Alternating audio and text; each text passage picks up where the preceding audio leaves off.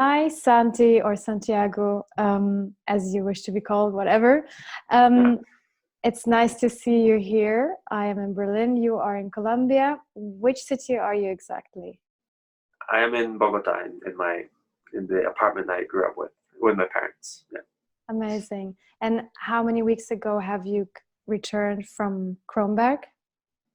Uh, I came back on the 15th of March, and I haven't left my house since.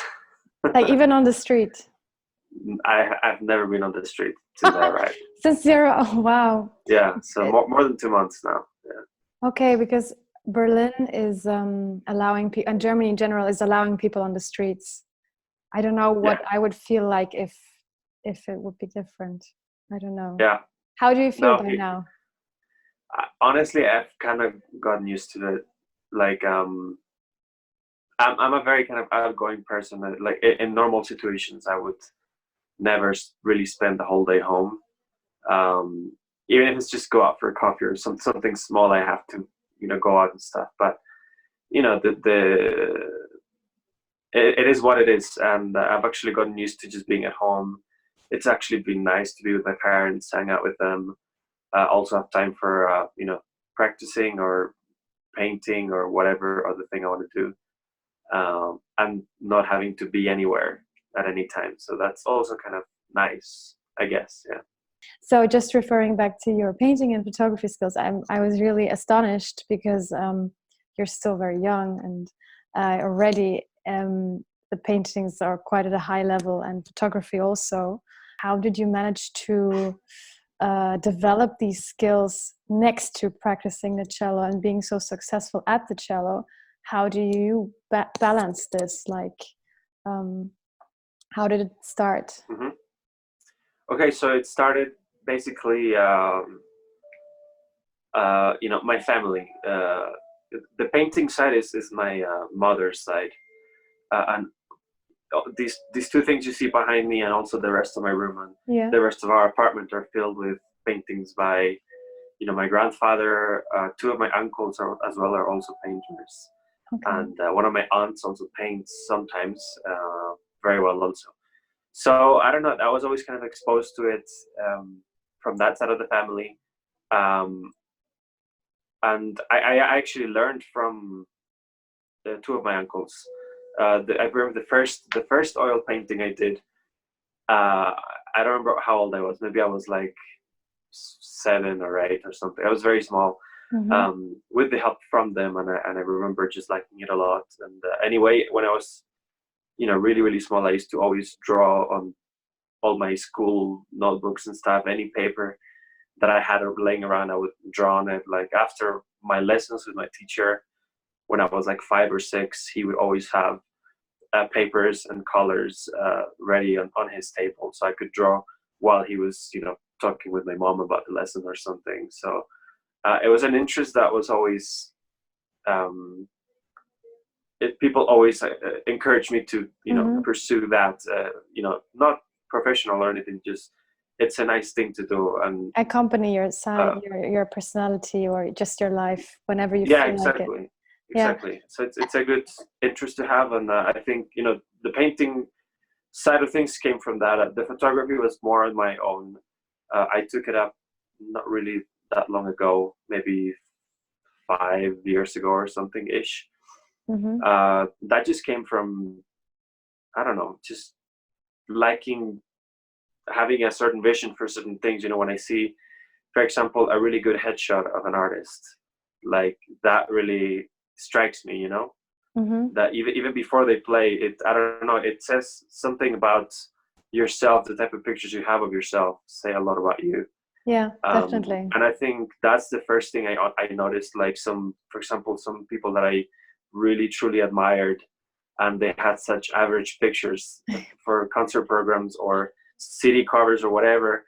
Not that that takes anything away from the playing; like, they're still amazing. But that's a bit of a kind of a letdown for me. And then I could tell you something like Nicholas Alstedt. He's an incredible cellist. Also, like the pictures that I've seen of him were also album covers. They look incredible. So that just makes me like him even more. basically. I understand. It's Factor, yeah. I wouldn't want to call it package because package sounds very commercial, but it's more like you just want an artist is not just what he performs on stage, but maybe also what he kind of expresses. Because when you have a CD cover and you already have your photo on it, then you want it to be something that gives you the impression when you're on stage. Otherwise, you could also put like a mountain on it. I mean, then you don't need to put your face on it if it's just like average black and white. Actually, there is one label I really enjoy, Harmonia Mundi. I think they have nice covers. Very nice. What do you think? Which ones do you like? I would say actually that label has probably some of the best covers I've seen. Very creative, especially a lot of, for example, Keris's albums. I have a few of them in my library, and also the cover. Just some people might think this is very superficial, but the whole purpose of a CD is not only to listen to it, especially if you own a physical copy. The whole project is a concept, and I would include the art on it. Something that what people see at first is of course a part of it. Same with whatever's inside. Your booklet, your program notes, all the pictures that are inside, or if you choose to not go with pictures, like the artworks you want to put in. It all has to kind of make sense, just as the program you're recording makes sense, of course. It's a whole it's a whole project thing. It all has to come together. If you have music from, let's say, you're dedicating an album to minimalist music, and then your cover is just a picture of yourself holding your cello like this, with like yellow writing, very basic. I don't know. It just doesn't say the same, No. So yeah, I don't know. I think people should pay more attention to that. I don't know. Musicians have. I don't want to generalize, but a lot of them just care about the music, which is fair enough. You're a musician, but care for the whole project, not just you're part of recording this stuff and that's it. Yeah. So actually, when you talk about labels, I don't know. I guess it depends what label you're working with, but this could also be taken in a way where you're talking about programming as well. When you're programming what you're going to record, maybe I feel like a lot of labels also restrict their artists from doing what they really want to do. Interesting topic. It could be anything from your cover, or actually the actual repertoire you want to play, because it doesn't sell as much, because it doesn't fit their whatever. I don't know. I'm not a label person. The CDs I've released have been actually with a label, but it's very kind of independent, small. I had all the freedom I wanted. The CD solo that you release, it's a label in New Zealand, right? Yes. So so it's probably quite for an art. You are already on the stage and you're present, but you're still up and coming, as in you're still a newcomer in some ways.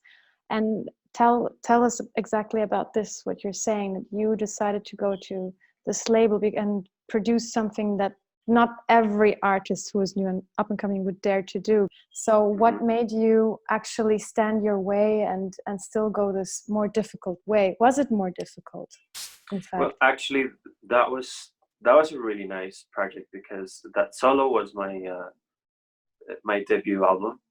I had never made a CD before in my life, and that was actually, it felt like you were doing it along family, because also my teacher at the time, James Tennant, with whom I was in New Zealand for 7 years, he had also a lot to do with that recording. So what's recording in the CD is all 20th century cello music, solo cello music. There's Gaspar Casaro's suite, which I guess lately has become more popular than it was back then. Ligeti Sonata, which also I guess has become more popular now. But actually, the piece that has still remained kind of obscure and that I love, that I could record, was the Puneña No. 2 by Ina Stera. It's a solo piece for cello, and it's rarely performed, rarely recorded, and it's an incredible piece. And then the big kind of the heavy hitter in the album was, of course, Kodai Sonata, Opus 8. that was kind of the more well-known work in the bunch. But yeah, I remember just in a lesson with my teacher, he was just like, "Hey, we should record all of this." I don't know. We both felt like it was repertoire that I felt very close with, and I was only 16 at the time when it got released. Oh wow. Yeah, that's an old old recording. Okay. And yeah, I don't know, I just had a lot of fun recording that, having the freedom to choose all the repertoire. The recording engineer was a great guy. We had the university hall to record in, which is probably one of the best halls I've played still, for chamber music or solo. So I don't know, just all the conditions were just ideal. I don't know, that was a great way for me to get into the recording game, I guess. And yeah, I had a lot of fun working with them. I'm very proud of that release still, even though my playing has changed a whole lot. Would you call yourself a pioneer in terms of young cellists discovering new repertoire, or supporting even Latin American composers? Like how do you position yourself in that sphere? I think if you're ever gonna have that title related to your name, that's gonna have to come from other people. I wouldn't like to call myself anything. I just express my interest. Okay, good. Because I think, I don't know, it's funny to me how the whole thing works, because at least right now, or for a few years now, from my experience, is that classical music, I guess as a genre, if you can call it a genre, I don't know, but let's call it a genre for this, as a genre. I think it's funny that it's probably the only one that is not looking forward to new music, but rather sticks to what's more traditional, and also iconic, of course. And this, at least from the cello point of view, the Dvorak Concerto, for example, is an incredible piece of music that should never ever be stopped. It should always be played. It's an incredible piece. But also, whenever a new composer comes up with a new cello concerto, everyone kind of goes, yeah, it's not going to sell as much tickets, and people are not really interested. They just want to hear the classics. So that's a bit of a pity, and that's why I like kind of embarking myself into new projects. Also, like the beginning of this year, I premiered a cello concerto with the Alabama Symphony that was written by Carlos Iscaray. He's their main conductor. He's from Venezuela. He was also a cellist, and we were working, together on the project. He, of course, composed the whole thing. We were kind of going back and forth with ideas after the final draft was given to me. And it was just nice to also be able to have a say in the whole process. Like, hey, can we maybe change this, or can we modify this, or whatever, and then just premiere it. And it was a great experience. We played it 3 times. And it's also really cool to have the actual composer conducting the whole thing. It's a piece that I for sure want to play again, and we have plans of playing it again. So that's also an example of what I mean. Not just concertos, could be sonatas or solo cello repertoire, whatever it is. If I like it, if I'm interested, of course I will do it. So no, that's fantastic. Probably doesn't take a lot of courage for you, but I know that it would take a lot of courage for others, a lot of energy for an artist to break these frameworks. Yeah. So yeah, exactly. I mean, with festivals, I think, I guess it depends. The ones that I've been exposed to, thankfully, have always been very interesting, and whether they stick to a theme or not, it has always been very kind of well put together. For example, I mean, I can say the festival that I'm most related with is the Cartagena Festival, and every year they come up with a totally different theme, but when you see the whole program of the whole festival, it's always really interesting. When you think, if it's dedicated to Beethoven or Schubert or something, you think, oh, very familiar, but then they always come up with things that are somehow related to these composers but are not known, and you always come up with surprises and things you probably never even heard of before. and you're like, wow. And this is related to composers that we're so used to, so familiar with. So I think it can be done in a very good way, as long as you have someone that is really knowledgeable, and does all the research, and also has the artistic eye to put the whole program together. And also, if you give, I guess, artists a chance to suggest things, that also comes in very handy. And I've always felt very free within their programming to come up with my own suggestions, and see if they fit or not. So, but it's always been very interesting anyway. And all these kind of new, well, not all of them, but a lot of the premieres and new works and weird things that I've had to learn have been for this festival. So I'm glad they take care of that. So. I heard many good things about the Cartagena Music Festival. It's like, I think it's one of the best festivals for this chamber music and symphony music, or in Colombia. I'd say, I mean, in Colombia, it's definitely one of the biggest, but I don't know. I would go as far as saying that because of the people that they invite and the resident orchestras and all that stuff, I would say maybe it's among the probably the coolest ones I've been in ever.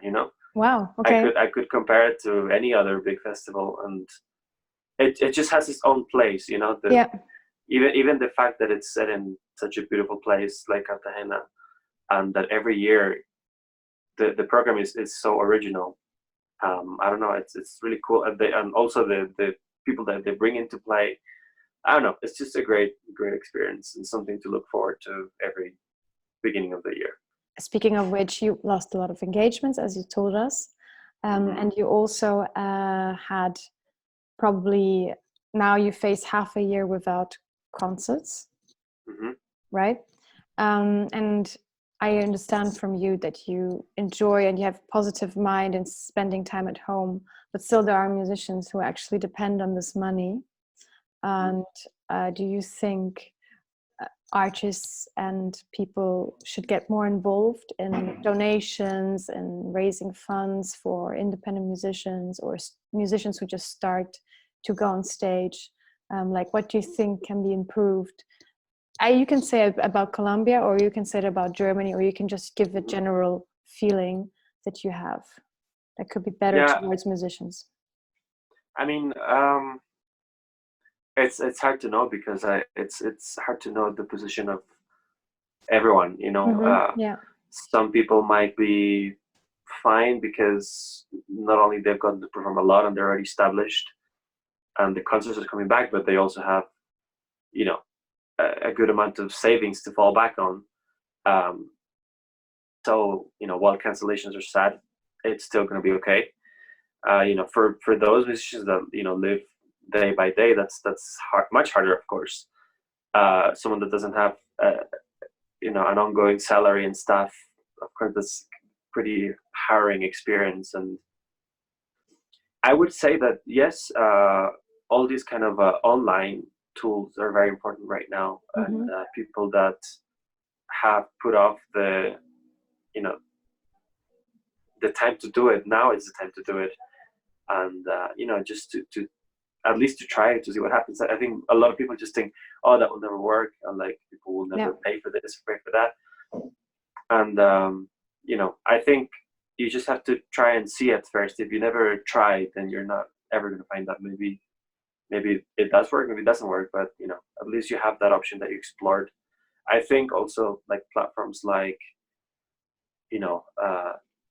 I guess Spotify, or even Bandcamp, which is something that I guess classical musicians are not so familiar with, because I guess that's more for other types of music, like alternative rock or even pop.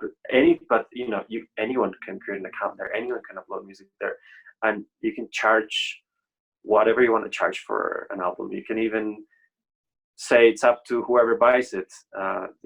If you want to spend $1 on my album, or you want to give me $20, that's an option. I don't know. So that there's online resources you can go to. I mean, I have to clarify that with Spotify, I thought what they did, I don't know if it's still ongoing, but I saw somewhere on, not so long ago that there was kind of a donations button also there for artists, and that's a platform that I would say it's more widely used by everyone than Bandcamp, for example. So that's also another thing to explore. It doesn't. If you have really good recordings, maybe they're live. It doesn't have to be a full production. People upload live recordings on Spotify also. All you need is like a DistroKid account, set it up, put it up there, and it's there for people to listen to and for people to contribute if they want to or not. So yeah, it's a good. I think you just have to, you just have to be kind of a more inventive. And I also heard something about Facebook making streams paid also. I don't know. But I don't know much about that. So no, but I definitely think that I think there is a danger if all artists start just playing live on Instagram on their account, just live all the time. And then, usually the average viewer is like 30 to 50, unless you already have quite a good follower base. Maybe then you have 100 or 200. Yeah. Actually, that's something I think we both agree on, that I see so many lives on Instagram and Facebook. It's like you open your feed and everyone is going live, like everyone. And while that is nice, it's nice, it gives people, hope and happiness and whatever it is that, they want to give to audiences. Of course, they're keeping their audience entertained and everything. But, at the same time, I don't know, some of it, on my personal opinion, can be a little bit damaging if you're just kind of going live all the time, playing everything whatever it's on your mind, you play live. I don't know. I think a much better way to keep up with your audience is to do lives, but to do lives to do more with, often people, especially if you're very popular, often people don't get to talk to you after concert. You can do a live answering questions. You can do a live doing things like this, and I've done so in the past. I'm not saying I'm incredibly famous, but there's a fair amount of people here and there that actually tune into it and are, they come up with interesting questions, they come up with interesting things. This is all free. It's just us having conversation, and it's nice. It actually, I think it engages you more with the audience than just kind of playing whatever you're practicing for them live and then ending it after 30 minutes and that's it. So I actually saw a lot of new websites, new Instagram pages that are doing like quarantine concerts and stuff.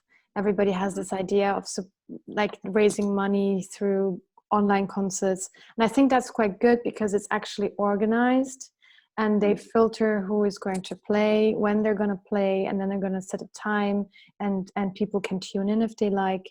I think that's already kind of better than if you just go on your Instagram and you see so many lives because you happen to follow these people that you're like, of course, if it's people you will go online because you support them. Yeah, even if it's just for 2 seconds. Yeah. They see that you tuned in, and then I think it's it's very nice. It's a very nice thing to do, especially now that a lot of people are hit strongly by this. But I don't know. It can also you also have to look out for your own well-being as an artist and as a musician. Yeah. I don't know. It's completely up to the person if they want to go on live. I'm not saying they shouldn't. I'm just saying from my own point of view, it can be a little damaging if done too often. Do it once or twice, but like if you go live every day, then I don't know. At the festival, you were going to return in 2020. Unfortunately, it can't take place because we all know why. So what were you looking forward to? It's charitable festival.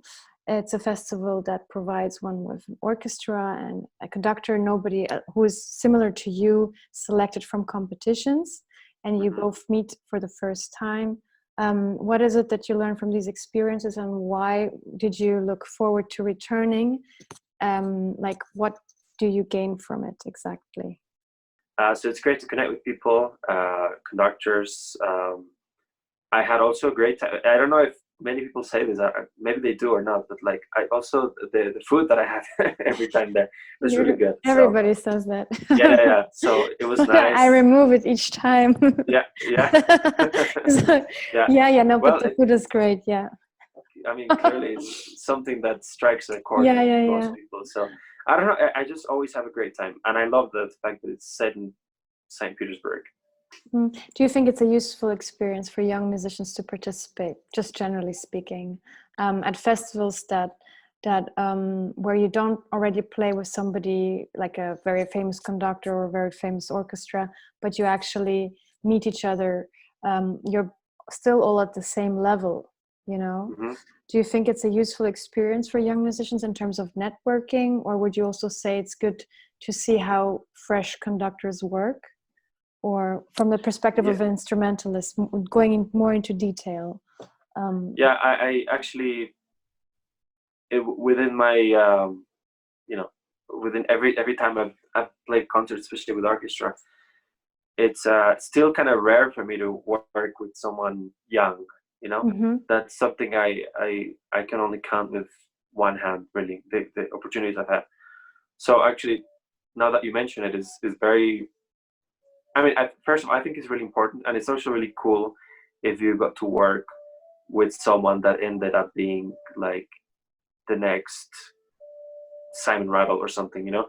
Also for the conductor, that you don't know. I mean, we're all, everyone is at a very high level, of course, after having composition success, and you could be conducting the next Misha Maisky or something. So it's always nice to see the evolution of these people that have just achieved something considerable in their careers, and that later on they're kind of put together, and they're sharing a stage with this conductor, soloist, whatever, and also they're sharing time together. Like I told you when I was there, we were going out, to eat and stuff all the time.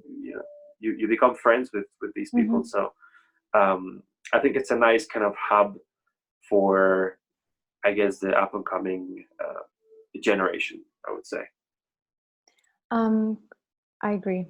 Coming back to something different, do you feel like a storyteller sometimes, like in your style, in what you draw, in what sounds you produce? Like, do you feel you're telling a story more than just playing and showing off what you can, like in your entire holistic sense of being?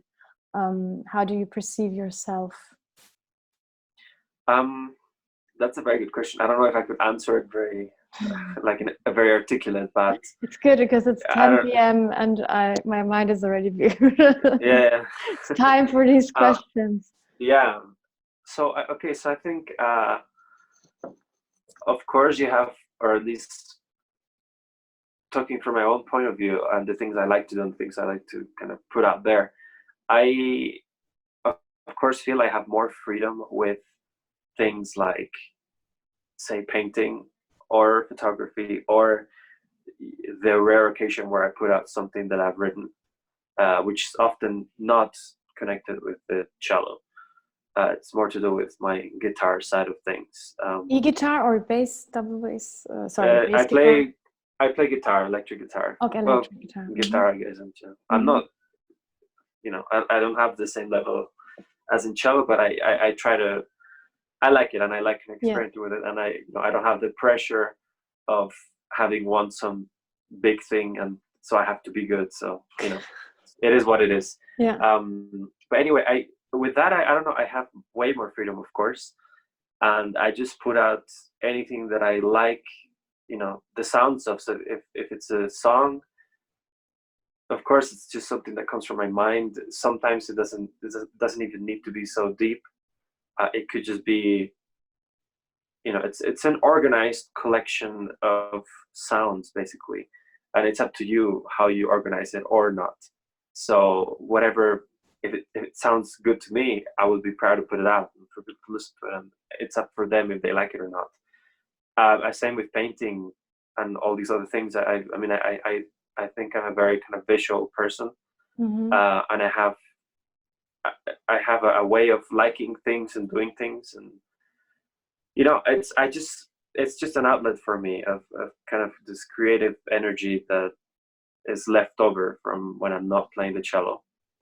And of course, I feel less free with the cello because of what we just talked about for the last hour. Yeah. So, I mean, there's when you're more, when you're involved with festivals and labels and all these other things, programming, and especially because we are not really creators of the music, we're interpreters.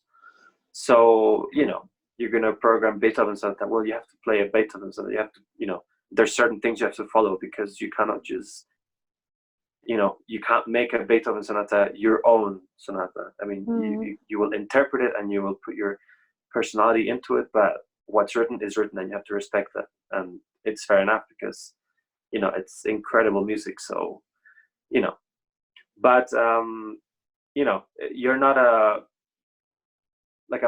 pop artist or someone in a band that you're coming up with your own material and you're getting to perform that live. I think very few people actually in the classical realm are able to do that. I don't know.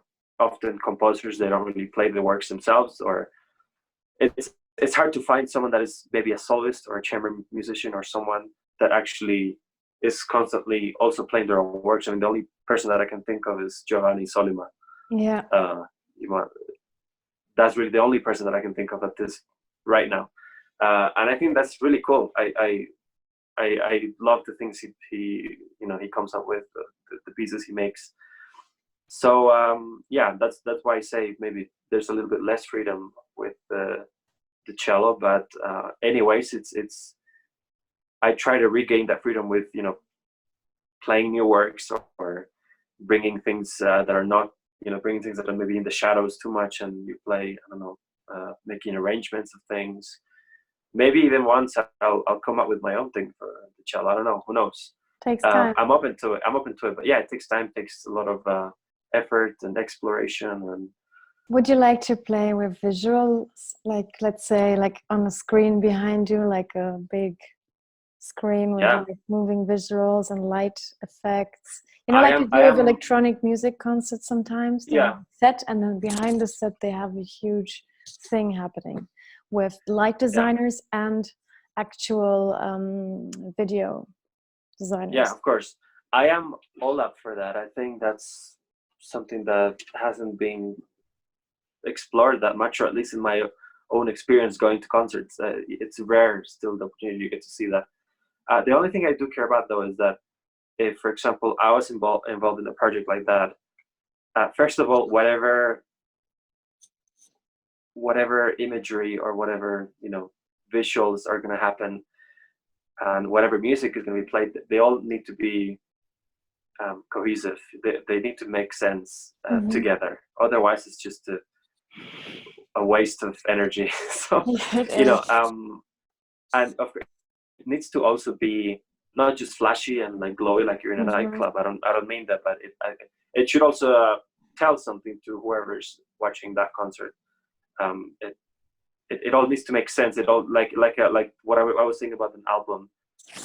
It's a whole concept, and whenever you go and see, I mean, I've had this experience with bands. I go to a lot of rock concerts and stuff like that, and whether it's just kind of abstract things or something, I don't know, they still somehow manage to impact you in a way that is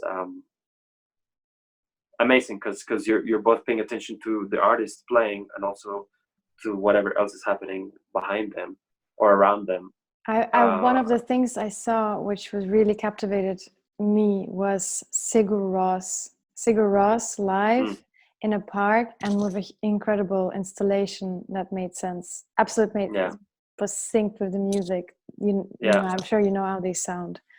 Yeah, of course. And seeing them, or I've never seen Björk live, but I would imagine that would be incredible.